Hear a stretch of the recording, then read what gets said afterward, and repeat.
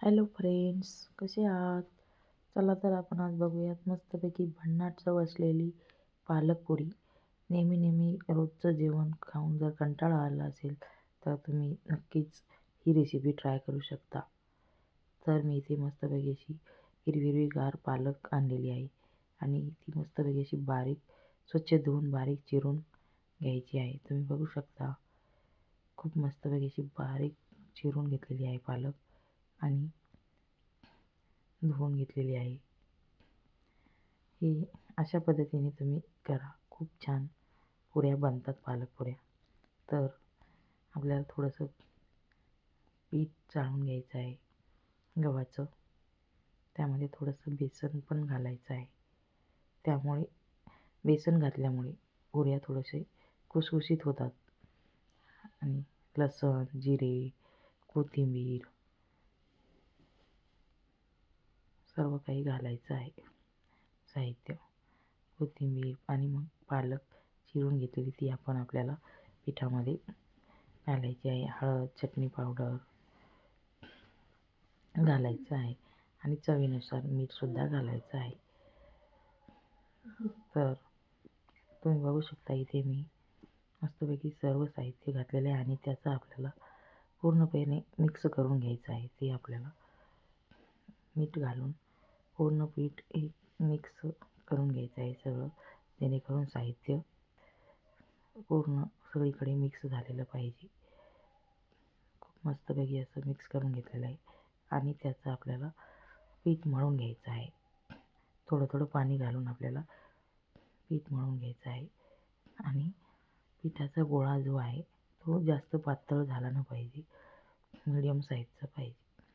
Medium, जास्त पातळ नाही आणि घट्ट पण नाही, थोडंसं मीडियमच असलेलं चांगलं राहील.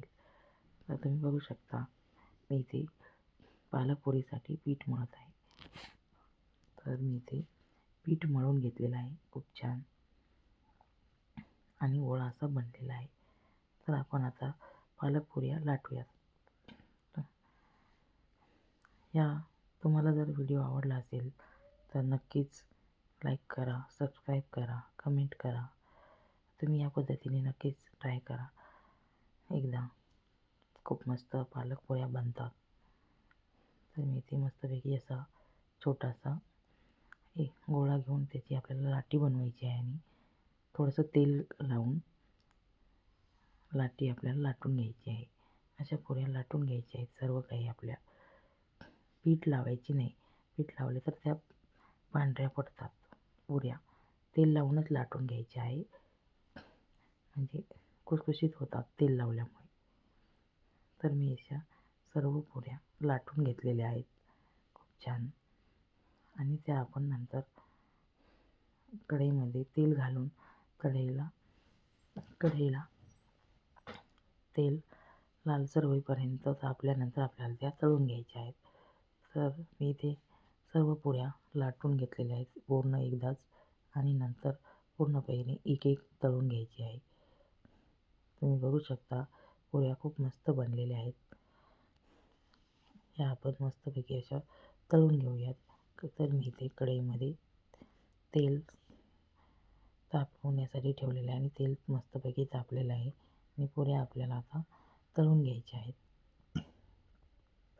मुलांना पण खूप आवडतील. तुम्ही नक्कीच एकदा ट्राय करा, खूप छान पुऱ्या बनतात. आमच्या घरी इथं सर्वांनाच आवडल्या ह्या पुऱ्या. तर तुम्ही पण एकदा नक्कीच ट्राय करा. ह्या पुऱ्या आपण मस्तपैकी अशा तळून घ्यायच्या एक एक करून आणि पुऱ्या खूप मस्त तळून झालेल्या आहेत.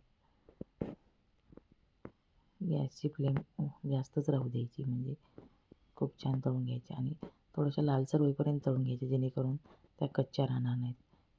तुम्ही बघू शकता पुऱ्या किती खुसखुशीत झालेल्या आहेत, एकदम मस्त तुटत आहेत. थँक्यू.